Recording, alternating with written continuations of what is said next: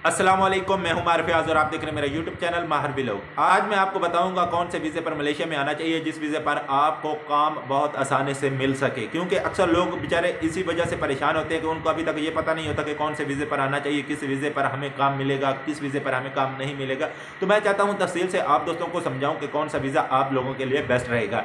सबसे पहले हम बात कर लेते हैं मैन्युफैक्चरिंग के वीज़े की। अगर पाकिस्तान में फर्नीचर वगैरह का काम आप जानते हैं, सोफ़ा बनाने का या बेड बनाने का काम जानते हैं, या गत्ते वाली फैक्ट्री में काम करते हैं, या कोई और काम करते हैं पाकिस्तान में, तो ये वीज़ा आपके लिए बेस्ट रहेगा, क्योंकि ये फैक्ट्रियों का वीज़ा होता है। इसमें जो जनरल वर्कर की सैलरी होती है वो 1500 से लेकर 1700 होती है।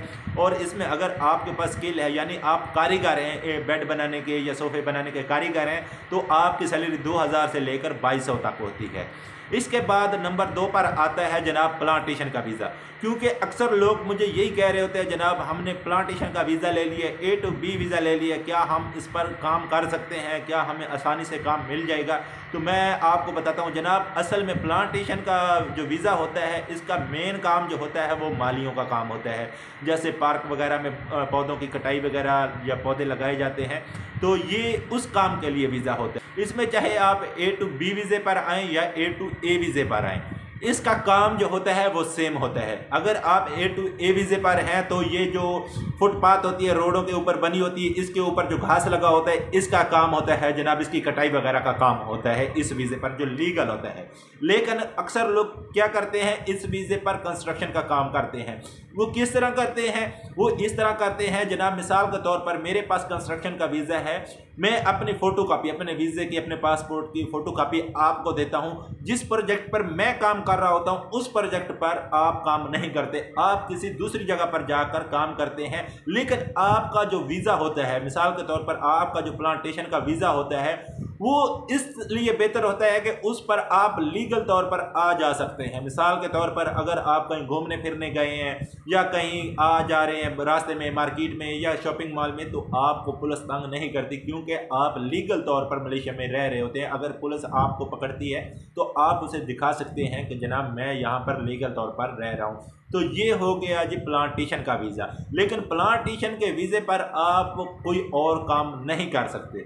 ये जो काम मैंने बताया, ये जो कापियों का इस्तेमाल होता है, ये वो लोग करते हैं जो मलेशिया में विज़िट वीज़े पर आते हैं या जिनके पास मैन्युफैक्चरिंग का वीज़ा होता है और वो लोग अपनी फैक्ट्री से भाग जाते हैं, या जिनके पास कंस्ट्रक्शन का वीज़ा होता है लेकिन वो भाग जाते हैं, तो ज़ाहिर बात है उनकी कंपनी उनके वीज़े जो होते हैं कैंसिल कर देती हैं, तो वो बेचारे फिर दूसरे का पासपोर्ट या परमिट इस्तेमाल करते हैं।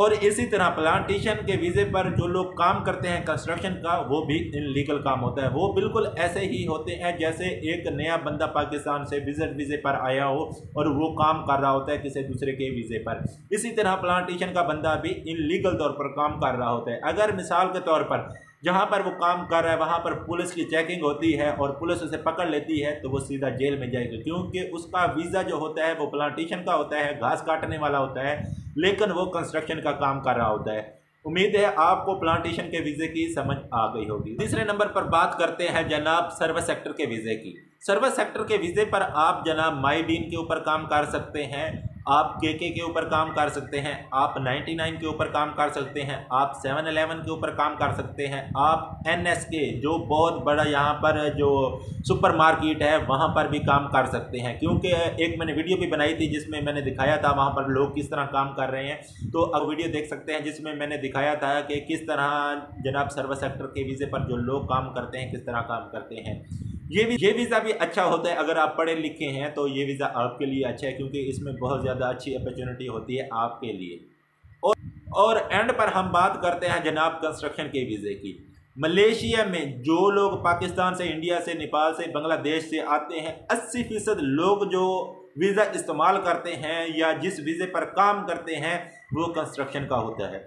कंस्ट्रक्शन के वीज़े पर आपको जॉब बहुत ही आसानी से मिल जाती है।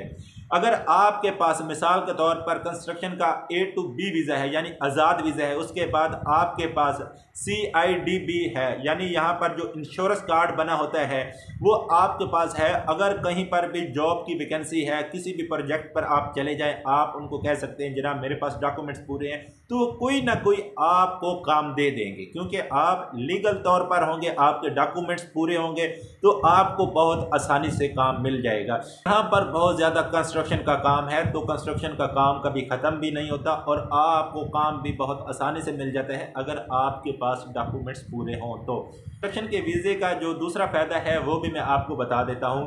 कंस्ट्रक्शन के वीज़े पर आप कुछ छोटे मोटे ठेके भी ले सकते हैं, जैसा कि मैंने कल वीडियो बनाई थी उसमें मैंने बताया था काम के हालात बहुत ख़राब हैं, ये काम 1-2 महीने ही ख़राब रहेगा, उसके बाद हालात ठीक हो जाएंगे। किसी भी मुल्क में आपको पता है 1-2 महीने का हालात जो होते हैं कभी कभी ख़राब हो जाते हैं, उसके बाद जो है हालात ठीक हो जाते हैं, क्योंकि जब हालात ठीक होंगे तो आप कहेंगे जनाब कि वाकई ही कंस्ट्रक्शन का A to B वीज़ा ठीक है। अब मलेशिया में A to A वीज़े पर आ रहे हैं यानी एग्रीमेंट वीज़े पर आ रहे हैं कंस्ट्रक्शन के, तो यकीन माने आप 6 महीने के बाद या 1 साल के बाद आप भाग जाएंगे कंपनी से। वो इसलिए क्योंकि मैंने यहाँ पर जितने भी बंदे देखे हैं जो फैक्ट्रियों में कंपनियों में काम कर रहे होते हैं, वो तकरीबन 6 महीने के बाद या 1 साल के बाद वो भाग जाते हैं। उसके बाद वो क्या करते हैं जनाब आकर, क्योंकि उनका परमिट तो कैंसिल हो जाता है, कंपनी उनका जो परमिट होता है कैंसिल कर देती है, कोई कंपनियां नहीं भी करती, लेकिन उसके बाद वो करते क्या हैं, जब उनका परमिट कैंसिल हो जाता है तो वो इलीगल तौर पर रह रहे होते हैं, उसके बाद जब फिंगर ओपन होती हैं तो वो नया पासपोर्ट बनवा कर फिंगर करवा लेते हैं, उसके बाद वो आज़ाद वीज़ा ही लेते हैं यानी A to B वीज़ा लेते हैं कंस्ट्रक्शन का। तो मैं आपको अगर रिकमेंड करूं कि कौन सा वीज़ा लेना चाहिए, तो मुझे सबसे बेहतर जो वीज़ा लगता है वो कंस्ट्रक्शन का A to B वीज़ा है, क्योंकि हालात तो कभी ऊपर नीचे होते रहते हैं यहाँ पर, तो लेकिन इस पर काम आपको बहुत आसानी से मिल जाता है और आप अच्छा खासा पैसा कमा सकते हैं इस वीज़े पर। क्योंकि इसमें होता ये है कि मिसाल के तौर पर अगर एक जगह पर आप 8 घंटे काम कर रहे हैं, ठीक है, उसकी सैलरी आपकी बन रही है 2200 या 2300 सैलरी कमा रहे हैं या 2500 सैलरी बना रहे हैं, 8 घंटे के बाद आप किसी दूसरी जगह पर भी काम कर सकते हैं। लेकिन अगर आप कंस्ट्रक्शन के A to A वीज़े पर होते हैं तो वहाँ पर जनाब सिर्फ आप वही करते हैं जितना काम कंपनी आपको देती है। तो सबसे बेहतर मेरी नज़र में जो वीज़ा है वो कंस्ट्रक्शन का A to B वीज़ा है। आगे आपकी चॉइस है, आप कौन से वीज़े पर आना चाहते हैं। उम्मीद है आज की वीडियो आप दोस्तों को पसंद आएगी। वीडियो पसंद आए तो वीडियो को लाइक करें और चैनल को ज़रूर सब्सक्राइब करें। तब तक के अल्लाह के बाद।